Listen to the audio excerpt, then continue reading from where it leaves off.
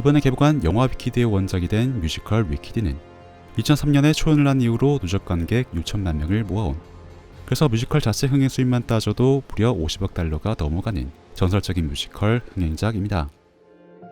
그리고 흥미로운 사실은 위키드가 영화 역사에서 거의 시민 케인급으로 불멸의 명작 예우를 받는 오즈의 마법사와 세계관을 공유하고 있다는 것입니다.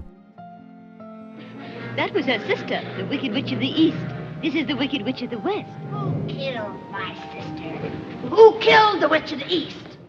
위키드는 오즈의 마법사에서 악역으로 등장했었던 서쪽 마녀 엘파바의 탄생기와 성장기를 다루면서 Are you a good witch or a bad witch? 엘파바가 어쩌다 나쁜 마녀로 거듭나게 되었는가를 파헤쳐가는 방식의 이야기를 보여주고 있습니다. 그리고 그런 과정을 통해서 선악은 태어날 때부터 주어지는 것인지 만들어지는 것인지, 또 우리가 알고 있는 세상의 선악 구도를 정말 보이는 그대로 믿어도 되는 것인지를 질문하고 있죠. Bring me the broomstick of the Witch of the West. But if we do that, we'll have to kill her to get it. 놀란 점은 이렇게 다소 무거운 주제의식을 모두가 알고 있는 아름다운 동화 오즈의 마법사에서 끄집어내고 있다는 점이며, Let the joyous news be spread. The wicked old witch at last is dead. 위키드가 현대적인 관점을 차용하여 새롭게 제시한 설정들 또한 오즈의 마법사의 원래 설정과 너무나도 자연스럽게 이어진다는 것입니다. 때문에 어떤 분들은 위키드가 갖고 있는 여러 외면적인 특성들 때문에 이거 정치적 올바름을 지향하는 영화 아닌가라는 괜한 경계심을 품으실 수도 있지만, 위키드는 원작에 대한 완벽한 예우를 갖추고 있다는 점, 또 소수자라는 이유만으로 무조건 영웅화시키지 않고 합당한 성장 과제를 제시한다는 점, 그러면서 다수자의 입장 또한 충분히 이해하고 입시적인 내면을 묘사해낸다는 점에서 겉으로는 포용을 지향하지만 사실은 배척을 하고 있는 그런 올바르지 않은 정치적 올바름 영화들과는 완전히 다른 궤적을 보입니다. 오히려 흑인 주연 배우가 나온다는 이유만으로 정치적 올바름의 의심을 제기했다면 그것이 부끄럽게 느껴질 정도로 말이죠. 어쨌든 원작으로부터 비롯된 탄탄한 내용들 중에서 가장 인상적이었던 것은 역시 뮤지컬 넘버로 불리는 음악들이었는데, 가장 유명한 디파인 그래비티와 파퓰러가 작품의 주제의식을 관통하는 방식이 특히나 흥미로웠습니다.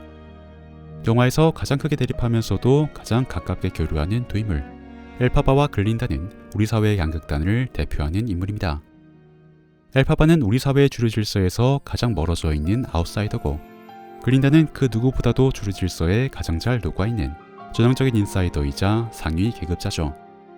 그리고 엘파바의 주제곡이라 할 수 있는 디파인 그래비티, 즉 중력에 저항한다는 뜻을 가진 이 노래는 당연히 표면적으로는 엘파바가 중력을 이겨내고 날아올라서 오즈의 에메랄드 시티에서 탈출하는 그 장면을 직접적으로 묘사하지만, 여기서 말하는 중력이란 엘파바가 평생 동안 견뎌야 했던 사회적인 중력을 중의적으로 가리키기도 합니다. You're green. I am. 엘파바는 태어날 때부터 갖고 있었던 초록색 피부 때문에 평생을 사회의 비주류로 살아올 수밖에 없었는데, 디파인 그래비티는 이러한 사회적인 중력을 이겨내고 자신의 진정한 모습을 찾아서 날아오르겠다는 그런 의미도 중의적으로 갖고 있으니까요. 또한 글린다의 테마인 파퓰러 역시도 유명해지는 것이 얼마나 중요한 일인지를 역설하면서 가장 강력한 권력은 결국 유명세와 인기에서 비롯되니 어떻게든 주류 질서에 올라타라는 이야기를 엘파바에게 건네는 내용이죠.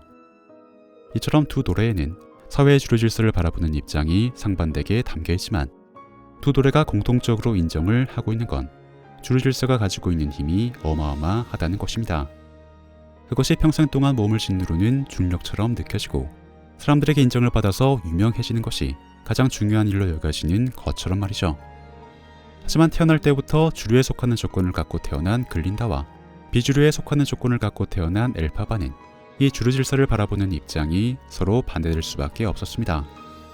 그래서 우리 둘이 함께라면 한계는 없다는 노랫말을 디파인 그래비티 구간에서 함께 부를 때는 잠깐이나마 그러한 질서의 강력함을 이겨내고 두 사람이 함께하는 미래가 펼쳐질 것만 같았지만, 결국에는 글린다가 언리미티드를 포기하고 엘파바 또한 글린다의 그 선택을 진심으로 이해하면서 이 세상을 지배하는 질서가 얼마나 절대적인지가 이야기의 마지막까지도 증명되고 있습니다.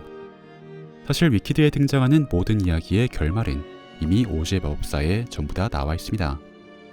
그래서 위키드는 엘파바의 이야기를 통해 우리가 알고 있는 세상의 선악 구도가 정말로 진실된 것인지를 묻지만 사실은 위키드 이후의 이야기인 오즈의 마법사에서 그러한 선악 구도가 여전히 유지되고 있음을 모두가 알고 있기 때문에 The Munchkins are happy because you have freed them from the wicked witch of the east. 위키드는 마치 엘파바의 죽음의 축제를 여는 먼치킨 주민들을 바라보는 그린다의 그 슬픈 표정과 같은 서글픔을 가질 수밖에 없는 이야기입니다. 위키드는 세상의 주류 질서가 사실은 정의롭지 않고 오히려 악할 수도 있음을 파격적으로 고발하지만 그렇다고 해서 그 올바르지 않은 주류 질서를 뒤집는 것은 현실적으로 너무 어려운 일이라는 것도 함께 인정하고 있습니다. 하지만 그럼에도 불구하고 모두가 자신을 비우는 오즈더스트 볼룸 파티장에서 자신만의 춤으로 모두를 설득하며 기존의 문법과 질서를 뒤집어버리는 그 장면은 현실의 질서가 바뀌지 않음에도 끊임없이 중력에 도전해야만 하는 이유를 너무나 감동적으로 보여주고 있습니다. 엘파바의 도전이 그렇게 대단한 변화를 만들어내지는 못하더라도 지금 중력에 짓눌려서 가만히 숨을 죽이고 있을 누군가에게는 새로운 가능성을 꿈꾸게 만들어줄 희망이 될 테니까 말이죠.